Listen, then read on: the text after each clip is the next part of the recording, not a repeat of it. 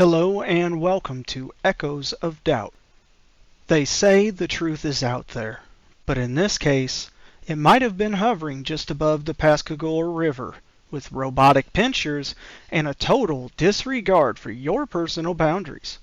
Welcome back to another episode of Echoes of Doubt. This is my deep dive into the weird, the unexplained, and the beautifully delusional corners of history.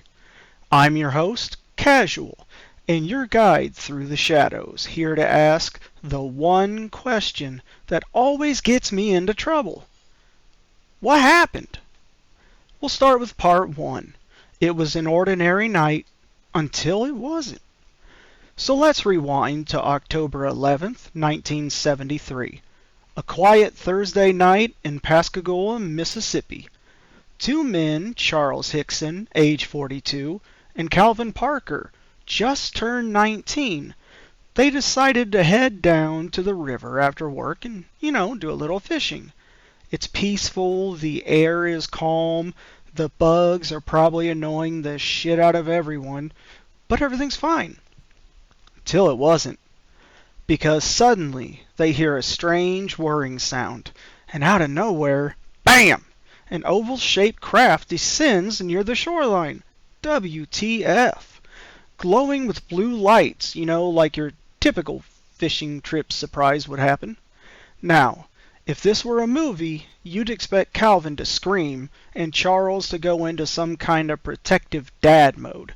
But what actually happens next makes even less sense. 3 entities, yes, entities, emerge from the craft, making this a close encounter of the third kind. Not your classic gray aliens with the big goofy eyes. No, oh no. These creatures looked like some bizarre cross between robots, mummies, and baked potatoes. Baked potatoes. Moving on. They were wrinkled, gray-skinned, had no necks, and literal pinchers like hands. One witness later described them as robotic floating humanoids. One could say it was not the welcome committee from Starfleet Command.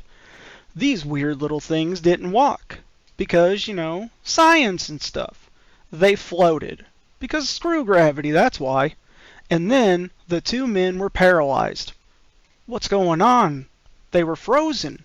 They were slowly lifted off the ground, dragged aboard the ship like unfortunate stuffed animals in a claw machine run by the cosmic weirdos. Part 2. The abduction experience. Inside the craft, things got, you could say, clinical-ish.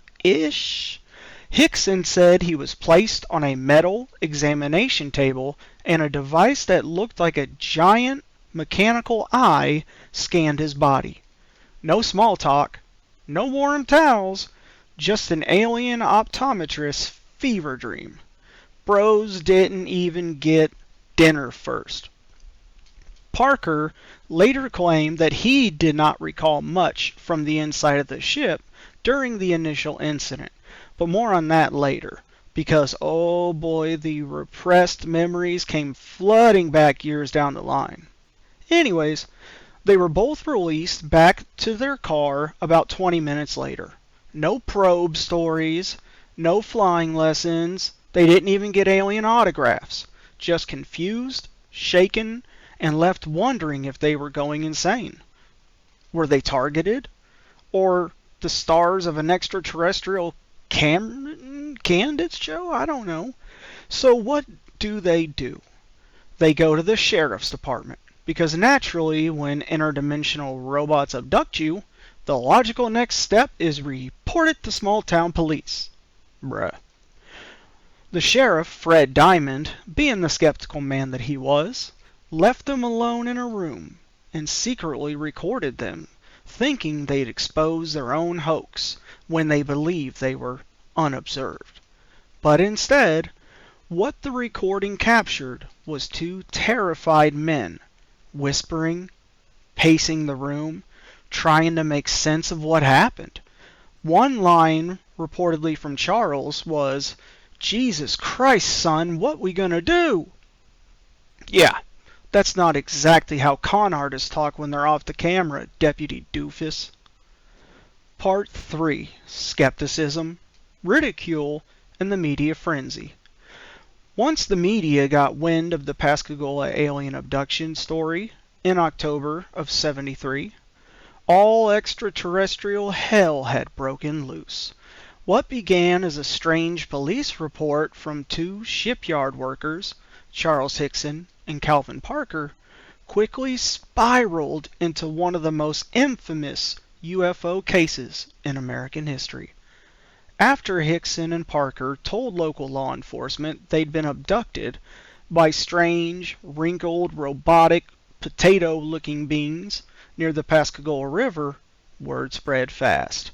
And by fast, we mean the Associated Press headline fast. Within days, Pascagoula, Mississippi, a quiet Gulf Coast town, better known for shrimping than sightings of flying saucers and potato men, was firmly on the UFO map. Reporters swarmed the town. TV crews showed up.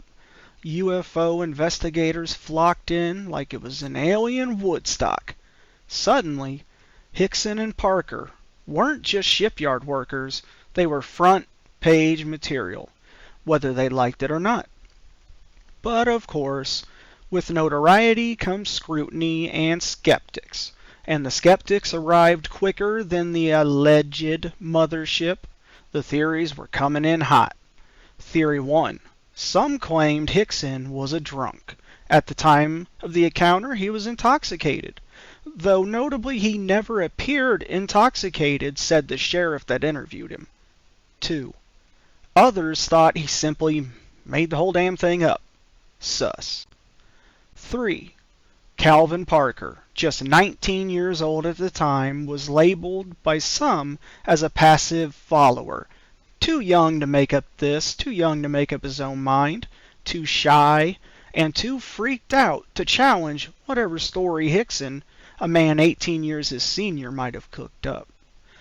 Lastly, more scientifically inclined skeptics suggested sleep paralysis, hypnagogic hallucinations, or even mass hysteria, which is always fun when it involves exactly 2 people on a fishing trip. And then there's my personal favorite theory. Maybe they just saw a helicopter. Because yes, that makes total sense. Who among us hasn't mistaken a low-flying helicopter for a chrome, football-shaped spacecraft with no visible propulsion system and 3 random robot-clawed aliens who paralyze you with a glowing eye and levitate your ass into the air? That happens all the time. Must be like a Black Hawk sighting thing. In the midst of all the skepticism, both Hickson and Parker agreed to take a polygraph test. Guess what? They passed. While polygraphs aren't exactly the holy grail of truth, they're not exactly easy to fake when you're under this kind of intense pressure and media scrutiny. But perhaps more compelling, better than a lie detector, was the involvement of one Dr. J. Allen Hynek, the famous astronomer and former consultant to the U.S. Air Force under Project Blue Book, and the man who basically invented the classification system for UFO encounters. You can thank him for the term close encounter of the third kind. When Hynek met with Hickson and reviewed this case, he found him to be actually credible, sincere, and crucially, not the kind of man who wanted this spotlight and would make this up. Let's pause there for a moment, because think about it. Who actually wants this kind of attention? Hickson and Parker, they didn't go on a tour. They didn't cash in on a book deal. Oh, plot twist. Not for years anyways. They did not launch a line of glow-in-the-dark fishing rods. What they did endure was decades of ridicule, media obsession, and late-night punchlines. Hickson was laughed at any time he was in public. Parker suffered from extreme anxiety, and spent years avoiding the topic entirely. Which really makes you ask, if this was a hoax, what exactly did they get out of it, besides crippling social anxiety and a permanent spot on conspiracy podcasts? Shit. My bad. So, jackpot. Part 4, years later, in the return of Calvin Parker. Now here's where it gets even stranger. Calvin Parker, the younger of the two, stayed quiet for decades. He tried to put the whole thing behind him, even moved away. But in 2018, 45 years after that night, Calvin finally spoke out, even releasing a book titled 𝐵𝒔𝒃𝒃, The Close Encounter, My Story. Plot twist again. It was a freaking bombshell. One could say it abducted its readers. Anyone? No? Moving on. Parker claimed that while he initially had no memory of what happened inside, hypnosis sessions and dreams brought it all back. And the story, well, it escalated.